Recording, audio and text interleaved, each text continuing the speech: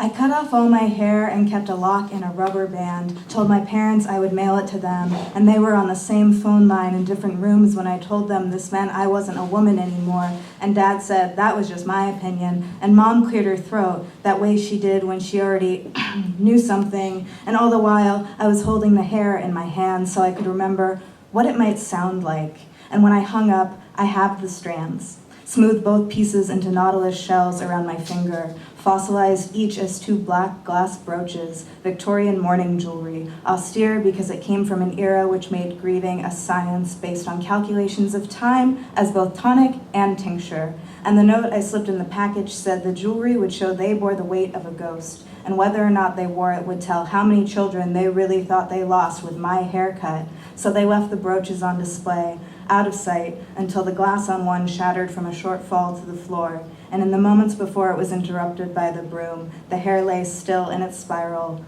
moving further from its origin, with each turn in on itself. And after its pieces were discarded, its twin remained, canonized, a fractal just setting out on a curve.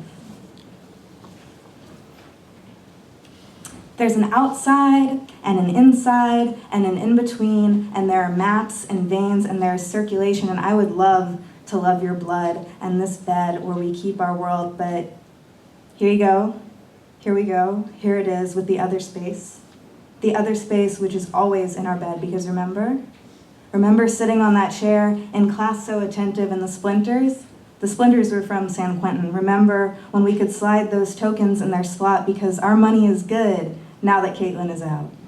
Remember how we loved that Drake track, and that hotline brought us together and our wire synapses lit, sparked, and he's all cute telling someone how to live her life that she doesn't know herself because she used to call him on his, and remember, this is just a snapshot, and remember, this is just this week, and remember how angry we are, and we don't want to be. We don't want to be angry or tired, and remember how we're connected with space and time and dust, and we have to believe that. And when we saw those grown-ass adults, let's call them kids because they're everywhere and they multiply, they're kids, and they're taking photos in the back of a squad car on 16th Street, and it was funny. It was so fucking funny. And remember when we thought about this, our lungs, space, kept our feet on the ground, thought of our sheets, thought of everyone in our sheets, remember when we wanted to be good. So we thought about everyone, and then we gave up. Petite grenade. This is how you carry your friend made of teeth.